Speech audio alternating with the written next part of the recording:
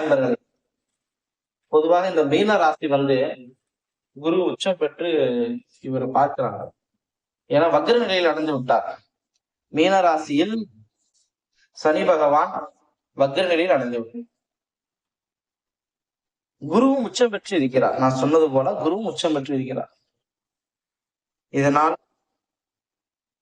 உங்களுக்கு குரு 5ல் இருக்கிறார். சனி பகவான் லக்னத்தில் 1ஆம் பாவத்தில் இருக்கிறார். சூரிய பகவான் 6லும், கேது பகவான் 6லும், ராகு பகவான் 12லும், செவ்வாய் பகவான் 4லும் அமையும். இந்த 5ல் குரு இருப்பதால் குழந்தை பாக்கியம் ஏற்படும். லக்கி சாட்ல இந்த ராசி 4வது இடத்தில் உட்காருகிறது. இந்த மாசத்துல உங்களுக்கு ஒரு முக்கியமான கிரகம் அப்படின்னு சொன்னோம்னா அது குரு கிரகம் தான். குரு 5ஆம் பாவத்தில் இருப்பதால் கல்வி, குழந்தைகள், அறிவுத்திறன், பூர்வ புண்ணியம், ஆலோசனை, படைப்பாற்றல் போன்ற விஷயங்களில் நல்ல வாய்ப்புகள் உருவாகும். சனி உங்கள் ராசியில இருப்பதால் எந்த விஷயத்திலும் போட்டிகள் இருக்கும். அதன் மூலம் உங்களுக்கு வெற்றியை உண்டு, கவலைப்பட வேண்டும். 12ஆம் பாவத்தில் ராகு இருப்பதால் தேவையற்ற செலவுகள் மற்றும் வெளிநாடு செல்ல வேண்டிய அமைப்புகள் இருக்கலாம். அதன் மூலம் உங்களுக்கு நன்மையை உண்டு, அதையும் நினைத்து நீங்கள் கவலைப்பட வேண்டாம். குரு 5 பார்க்கறதுனால உங்களுக்கு ஒரு மிகப்பெரிய ஒரு நல்ல பலன்களை தருவார். லக்கி சாட்டில் இந்த ராசி 4வது இடத்தில் அமைகிறது. இந்த மாதம் உங்களுக்கு அறிவு மற்றும் வளர்ச்சிக்கான நல்ல மாதமாக அமையும். ஆவணி மாதம் முழுவதும் உங்களுக்கு சிறப்பாகவே இருக்கும்.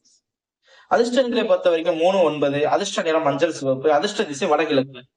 வியாழக்கிழமைகளில் நீங்கள் நரசிம்மரை நீங்கள் வழிபட்டால் இந்த மீனராசி அன்பர்களே உங்களுக்கு மிகப்பெரிய ஒரு நன்மை உண்டு. நாளை என்பது நரசிம்மருக்கு இல்லை, இன்றேதான். சோ நீங்கள் நரசிம்மரை நீங்கள் வழிபடுங்கள். மீனராசி நல்ல ஒரு பாக்கியமாக இருக்கும். நண்பர்களே, நம்மளுடைய ராசி பலன் தொகுப்பு பிடித்திருந்தால் இந்த சேனலை நீங்கள் சப்ஸ்கிரைப் செய்யுங்கள், லைக் செய்யுங்கள், பெல் பட்டனை கிளிக் செய்து கொள்ளுங்கள். அப்பொழுதுதான் நம்மளுடைய சேனல் உங்களுடைய ஃப்ரெண்ட் லிஸ்டில் வரும்.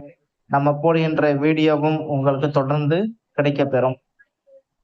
இந்த ஒரு ராசி இல்லாமல் மற்ற ராசியை பார்க்க வேண்டும் என்றால் இந்த ஸ்கிரீனில் தெரியும் வீடியோவின் முழு தொகுப்பை பார்வையிட்டு உங்களுடைய முழு குடும்ப பலனை தெரிந்து கொள்ளுங்கள்.